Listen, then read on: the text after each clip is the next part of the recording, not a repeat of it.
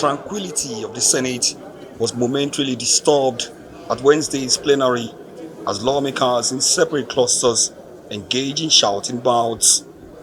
Troubles started after the Senate flatly rejected a point of order by Senator Abaribe for a motion to immortalize the former chairman of the National Electoral Commission, Humphrey Nwosu. Abaribe had come under double-edged points of order 41 and 51, calling the Senate's attention to what he considers as a matter of urgent public importance. To Abaribe and mostly other senators from the southeast, Nwosu was the architect of June 12 and as such deserves a national recognition.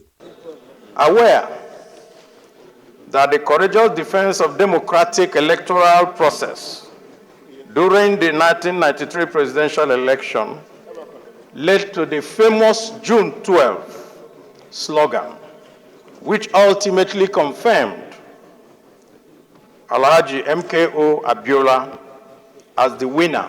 Abaribe's motion was, however, nipped in the bud following a counter from Senate Leader Opeyemi Bamidele. Shall ensure that copies of the motion are available for all senators when approval to move the motion is granted.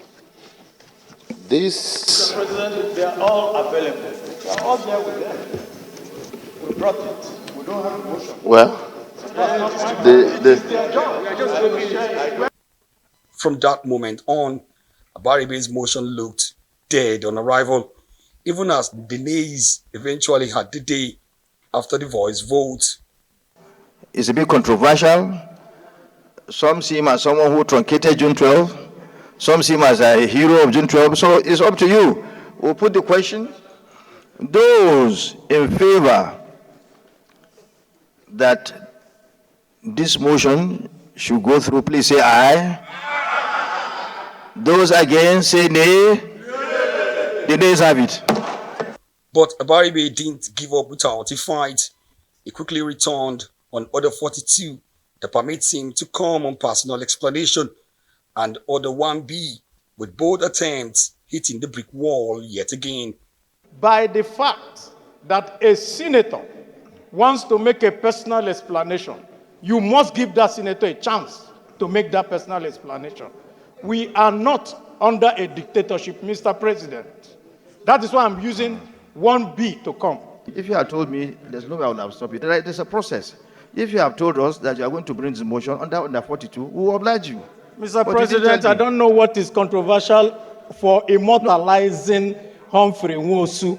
Moments after, the senator representing Abia South had to pack his bags and walked out of the Senate in what seemed a lone protest, even as plenary continued. Omo Bazwai, Arise News. Meanwhile, Arise News correspondent Friday Oloko tells us more about the life and times of Humphrey Nwosu. In Nigeria's history, one man whose name will remain a reference for scholars in politics and academia is Professor Humphrey Nwosu. Born October 2, 1941 in Ajali, Orumba, North Local Government Area of Anambra State, he earned a bachelor's degree in political science from the University of Nigeria, Nsukka, in 1966, graduating with first class. He then proceeded to the University of California, where he earned a master's and doctorate degrees in political science in 1973 and 1976. Nwosu was appointed chairman of the National Electoral Commission by former military head of state, General Ibrahim Babangida, after his predecessor and former mentor, Professor Emiawa, resigned due to a disagreement with the president.